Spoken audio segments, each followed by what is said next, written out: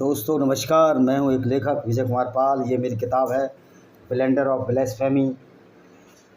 इस किताब को मानवता के लिए प्रमोट किया गया, ह्यूमन वैल्यूज़ के लिए प्रमोट किया गया और इस्लाम की जो फैलेसी है, जो गलत है, उसको प्रमोट किया गया। और किस तरह से पाकिस्तान में ब्लास्फेमी के नाम पर मौलाना गैर मुस्लिम हिंदू सिख क्रिश्चियन लड़कियों का परसिक्यूशन हो रहा है, उनका अब्डक्शन, उनका अपहरण हो रहा है और ब्लास्फेमी के नाम पर, इस्लाम की सच्चाई बताने के नाम पर लोगों को कत्ल किया जा रहा है।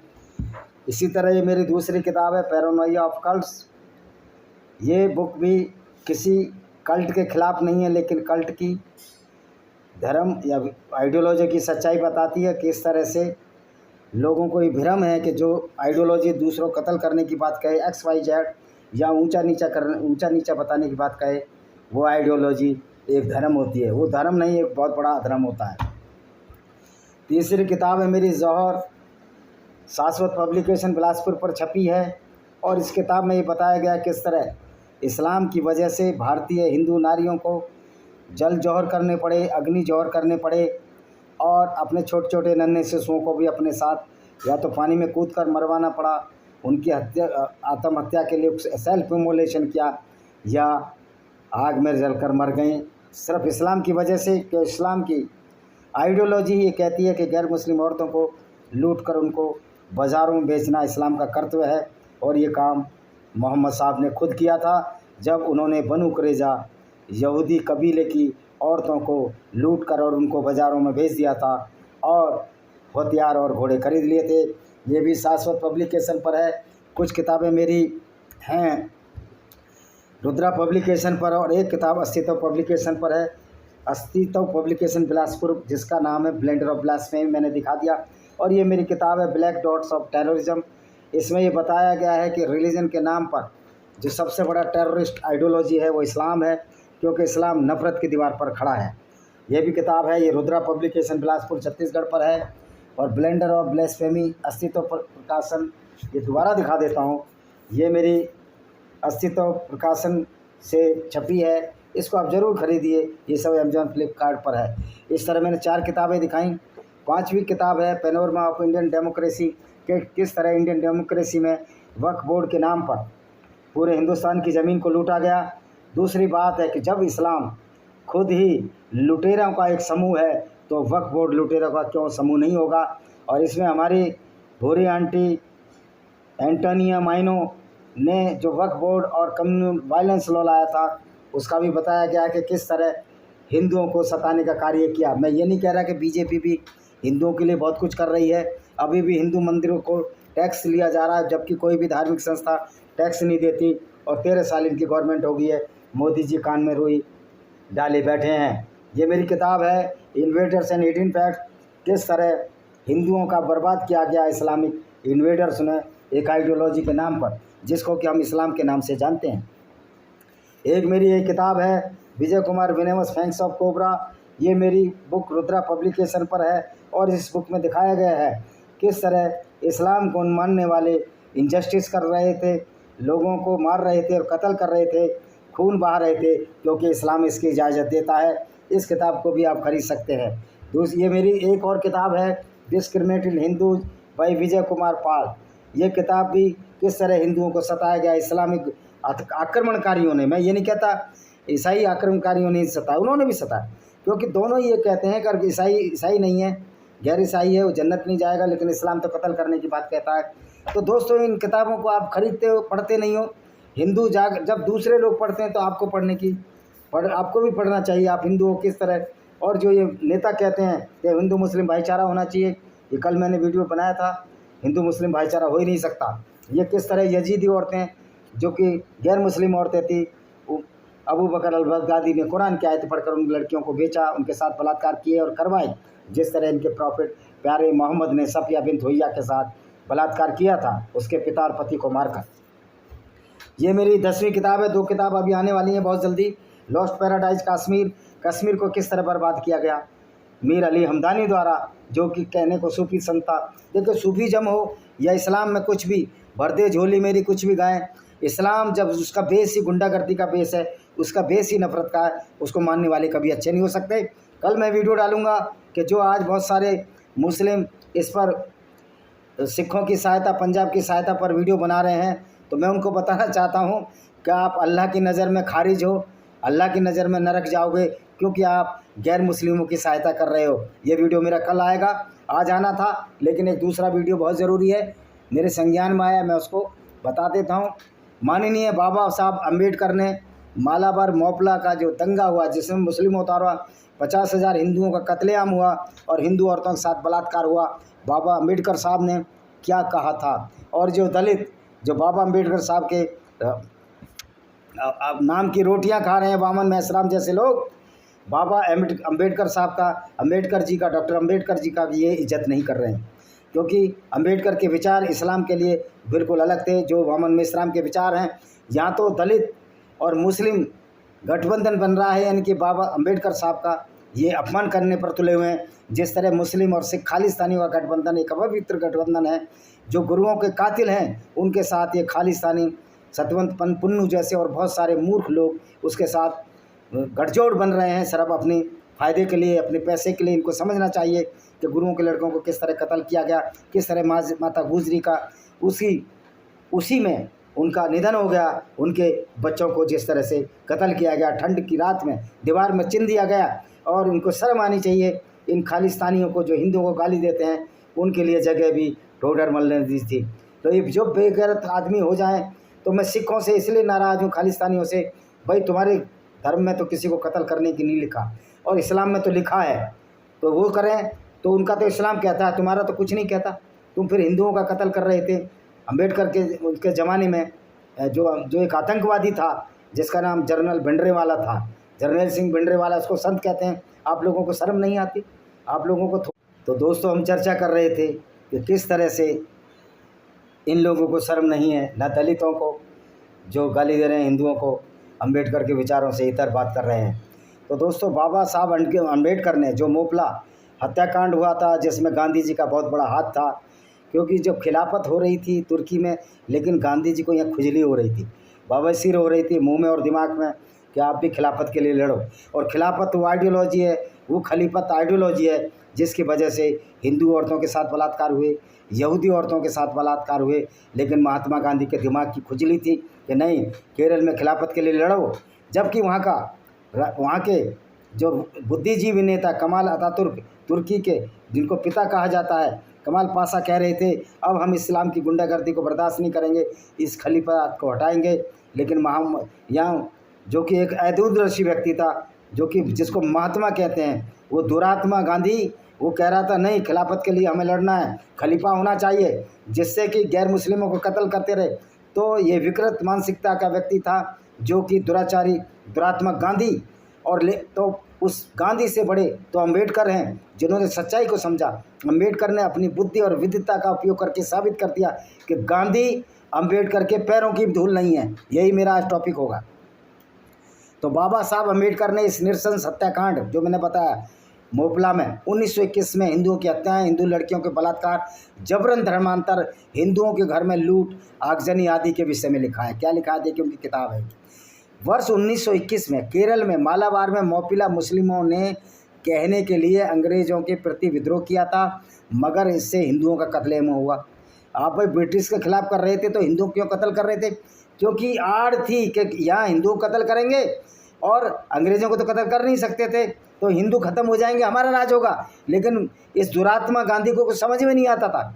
वो तो भांग के गोले खाता था। मुझे ऐसा लगता है कितने टन कुंटल गांजा पीकर गांधी रहते थे, और उनको राष्ट्रपिता घोषित करने वाले लोग कितना कुंटल गांजा पीते हैं।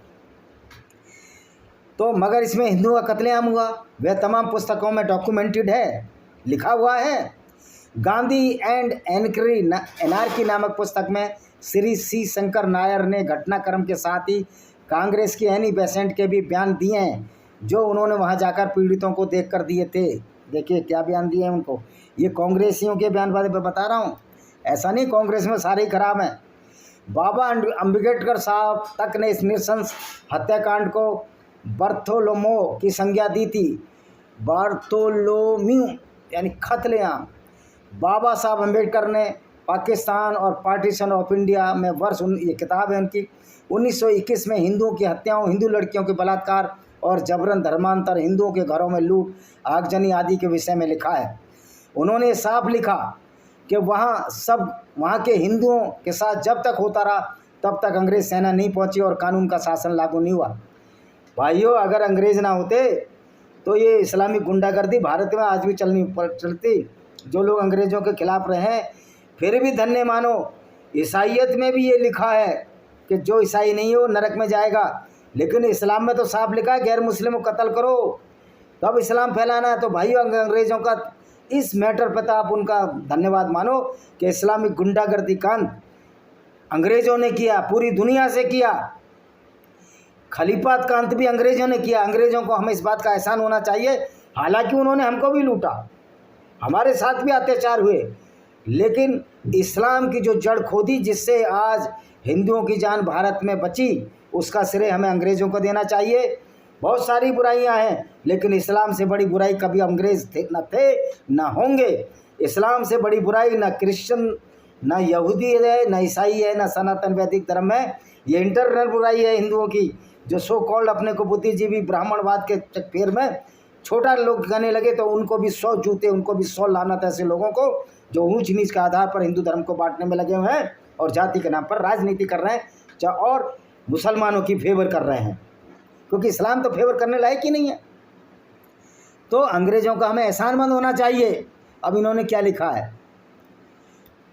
उन्होंने स्पष्ट लिखा, यदि मोपला विद्रोहियों की घृणा केवल अंग्रेज़ों और जमींदारों के प्रति होती तो हिंदुओं के साथ जो किया वह विस्मित करने वाला है। भाई, अंग्रेज़ों को कत्ल करो, बड़े जमींदारों को कत्ल करो, और फिर इस्लाम से बड़ा गुंडा और जमींदार कौन है? सारी ज़मीन छीन ली भारत की वक्फ बोर्ड की। तो इस्लाम का तो काम है ज़मीन लूटना। प्राइमरी रूप से इस्लाम ऐसे गुंडों का, लुटेरों का समूह है जो ज़मीन लूटता था, औरतें लूटता था, औरतों को बलात्कार करता था, कत्ल करता था, औरतों को बाज़ारों में बेच देता था। मोहम्मद साहब ने बनु कुरैजा यहूदी कबीले के साथ यही किया। बनु नादिर, बनु मुस्तलिक कबीले की औरतों को मोहम्मद ने, चाहे वो जुवैरिया थी, जुवैरिया बिन थरीद थी, चाहे सफ़िया बिनते हुया थी, उसके पिता पति को मारकर 3, 4, 5 दिन वहाँ रंगरेलियाँ मनाई उस लड़की के साथ जो 17-18 साल की थी। ये था इनका पैगंबर। तो अम्बेडकर ने बिल्कुल साफ लिखा, उन्होंने लिखा ये हिंदू मुस्लिम दंगा नहीं था, ये बर्थोलोमेव था, ये सब फ्रांस है। वर्ष 1572 में उस जिनोसाइड का संदर्भ है जिसमें 2 महीने तक हिंसा चली और कत्लेआम में कैथोलिक्स के हाथों फ्रांसीसी प्रोटेस्टेंट मारे गए थे। जहां इस पूरे विद्रोह को पहले केवल अंग्रेजों और जमींदारों के खिलाफ किया गया, किसान विद्रोह बताया जाता रहा, झूठ बोलता रहा। ये दुरात्मा गांधी बहुत बड़ा झूठा था, कितने टन कुंटल गांजा पीकर ये इस्लाम के बारे में खबरें छापता था, हमें नहीं पता। वहीं जब से इस विषय पर लगातार शोध हो रहे हैं, पीड़ितों के परिजन दोहरी पीड़ा से गुजर रहे हैं, अभी भी जिंदे हैं उनकी तीसरी पीढ़ी, तो इतिहास की इस नृशंस घटना की सत्यता को सामने लाया जा रहा है। फिर भी कुछ लोग ऐसे हैं जो ये नकारने में लगे हुए हैं, साथ ही यह कहने में लगे हुए हैं कि 1900 की घटना को हिंदू मुस्लिम केवल अंग्रेजों ने किया। भाई साहब, अंग्रेजों ने तो इतने कत्ल ही नहीं किए लोग। 60 करोड़ लोग मुसलमानों के हाथों कत्ल हो चुके हैं, गैर मुस्लिम। 6 करोड़ तो हिंदू कत्ल हो चुके हैं। अंग्रेजों ने क्या 6 करोड़ हिंदू कत्ल कर दिए थे? अगर 6 करोड़ हिंदू अंग्रेज कत्ल कर देते तो भारत की जनसंख्या 33 करोड़ कैसे थी बंटवारे के समय? ब्रिटिश सर ने उनको मारा अपने स्वार्थ के लिए, मैंने कहा अच्छा काम किया, लेकिन इस्लाम से ज़्यादा बड़ी गुंडागर्दी अंग्रेज भी नहीं कर पाए। ना उनके क्रिश्चियनिटी में एक गुंडागर्दी है। जो क्रूसेड हुए, जो स्पेन में हुआ, वो तो मुसलमानों को सबक सिखाने के लिए हुआ, क्योंकि अगर इनको सबक नहीं सिखाया जाता तो ये स्पेन को बर्बाद कर देते। भारत का हिंदू सोया हुआ है। भारत का हिंदू जब तक नहीं जागेगा, ये अपने इस्लाम को अच्छा बताते रहेंगे। भाई, हमारे वीडियो देखा करो, किताब पढ़ा करो, सारा तुम्हारा जो दिमाग है वो खुल जाएगा। देखते ही नहीं आप लोग, सुनते ही नहीं हो, न किताबें पढ़ते हो। तो बाबा साहब अम्बेडकर ने जिस घटना को स्पष्ट रूप से हिंदुओं के साथ बड़ा जीनोसाइड बताया, बार्थोलोमेव की तरह, उसे कुछ लोग नकारने में लगे और षड्यंत्र केवल मौखिक इतिहास पर आधारित है। यह इतिहास भी झूठ लिखा है इन्होंने। यह हैरत अंगेज बात है कि रामायण या महाभारत या फिर वेद पुराण जैसे। तो दोस्तों, जैसा कि हम बता रहे थे कुछ लोग हैं 1900 जो वेद को नहीं मानते, पुराण जैसे लिखित ग्रंथों को न मानने वाले लोग केरल में मालाबार के हिंदुओं के प्रति इस जघन्य कत्लेआम, जबरन धर्मांतर और लड़कियों के अपहरण, बलात्कार जैसी नृशंस घटनाओं को मौखिक कहानियों के माध्यम से नकारना चाह रहे हैं। प्रिंट के अनुसार, प्रिंट एक बहुत खतरनाक है। दिल्ली में इंडिया इंटरनेशनल सेंटर में लेखक अब्बास पनक्कल की पुस्तक Musliyar king decolonial historiography of Malabar resistance पर पूर्व राजनयिक केपी फैबियन, पद्मश्री सैयद इकबाल हुसैन हसनैन, जामिया हमदर्द की डीन सलीना बशीर, अशोक विश्वविद्यालय की प्रोफेसर पल्लवी रागन और दिल्ली की विश्वविद्यालय के प्रोफेसर सैयद जाफरी हुसैन ने 2 दिन पहले चर्चा की। चर्चा में क्या किया? लेखक अब्बास पनक्कल इस अभियान पर हैं कि 1921 की घटना को अंग्रेजी सबूतों की दृष्टि से न देखा जाए, क्योंकि वह सच नहीं है। भाई अंग्रेजों की दृष्टि से नहीं देख रहे हम, ये लेखक मुसलमान है, हम तो इस्लाम की दृष्टि से देख रहे हैं कि इस्लाम ने जो गुंडागर्दी की मोपला में सामने आ गई। इस्लाम के लोग ही मोपला जैसी गुंडागर्दी कर सकते हैं, क्योंकि इस्लाम इस गुंडागर्दी को आगे बढ़ाने की कोशिश करता है। अब ये क्या कह रहा है लेखक अब्बास पनक्कल, क्या कह रहा है? उसका कहना है जो लिखा गया और जो लोगों की स्मृति में उसमें अंतर है, इसे डीकोलोनाइज करने की आवश्यकता है। बिल्कुल आवश्यकता है।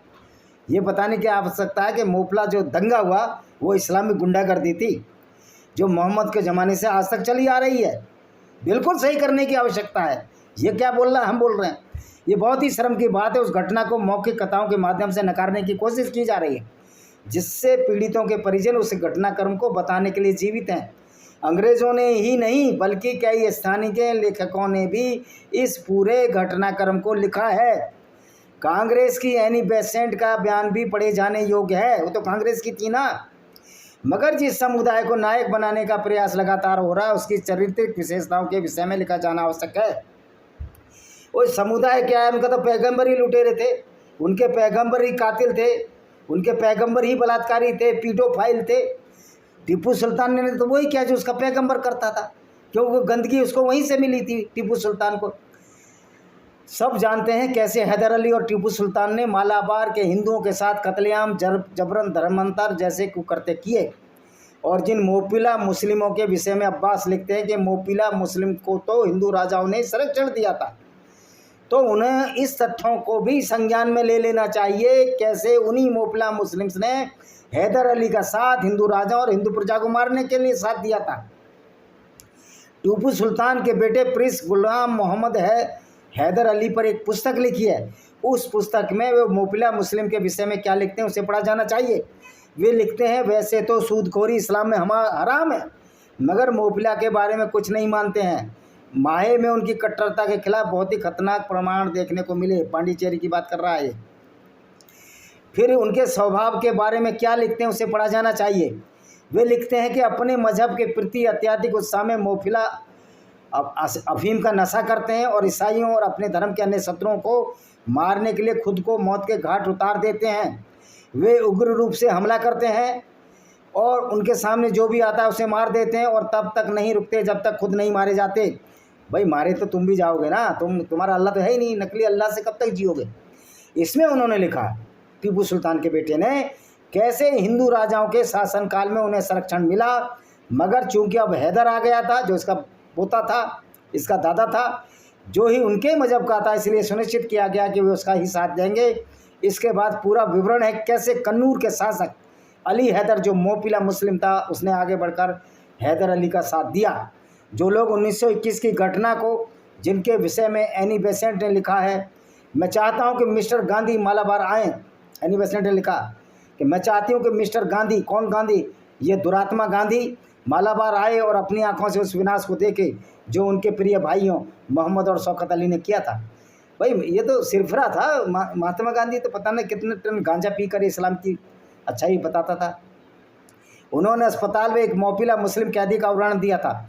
वह अस्पताल में था और एस्फिक्सिएशन के कारण अंतिम समय था, मतलब बेहोशी में था।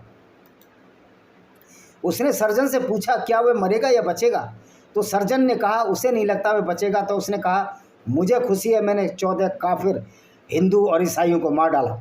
ये उदाहरण केवल कुछ ही उदाहरण हैं। हैदर और टीपू से लेकर 1921 तक के हिंदू जीनोसाइड को केवल अंग्रेजी का एजेंडा कहकर लोग खारिज करना चाहते हैं, जो हर बात के लिए लिखित प्रमाण की बात करते हैं। जिस घटना के प्रमाण इतिहास में ही नहीं बल्कि पीड़ितों की स्मृतियों में अभी तक हैं, उसे मौखिक कथाओं के माध्यम से नकारना चाहते हैं। यह कथित बुद्धिजीवियों का सबसे शर्मनाक कर्तव्य है। इसलिए बाबा साहब अम्बेडकर ने कहा था कि हर मुस्लिम भारत से बाहर जाना चाहिए। उसको पता है कि मुस्लिम अगर अच्छा भी है, अगर वो इस्लाम पढ़ लेगा वो अच्छा आदमी नहीं रहेगा, वो तो दुष्ट और दुरात्मा में बदल जाएगा, वो तो कातिल हो जाएगा, वो तो बलात्कारी हो जाएगा, वो तो हैवानियत करेगा, वो तो बर्बरित करेगा, वो तो बहसी और दरिंदा बन जाएगा। क्योंकि इस्लाम यही तो सिखाता है। इस्लाम का इतिहास पढ़कर देख लो, बहसी दरिंदे सारे ही इस्लामिक इन्वेडर्स भारत आए। यहूदियों का कत्लेआम उन्होंने पर्सिया में किया, ईसाइयों का कत्लेआम किया, क्योंकि करना था। वो तो उनका पैगंबर मोहम्मद साहब भी यही करते थे। तो भाई जब गुरु ही ऐसा है तो चेला तो शक्कर होता ही है। वो तो ये कहावत हुई कि एक बाप का बेटा 18 साल की उम्र में एक गांव में नंगा पेशाब कर रहा था खड़े होकर।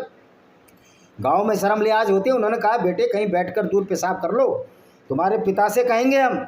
उन्हें कहा कह दो हमारे पिता से। उसको भी पता था हमारा पिता तो और भी नंगा है।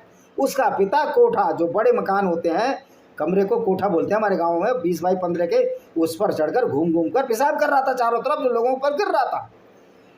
तो उन्होंने कहा था तो बड़े वाला। तो जब यही कहावत मुसलमानों पर पैगंबर मोहम्मद साहब पर कि वो तो और ऊंचे वाले थे, वो तो शुरू ही से किया काम।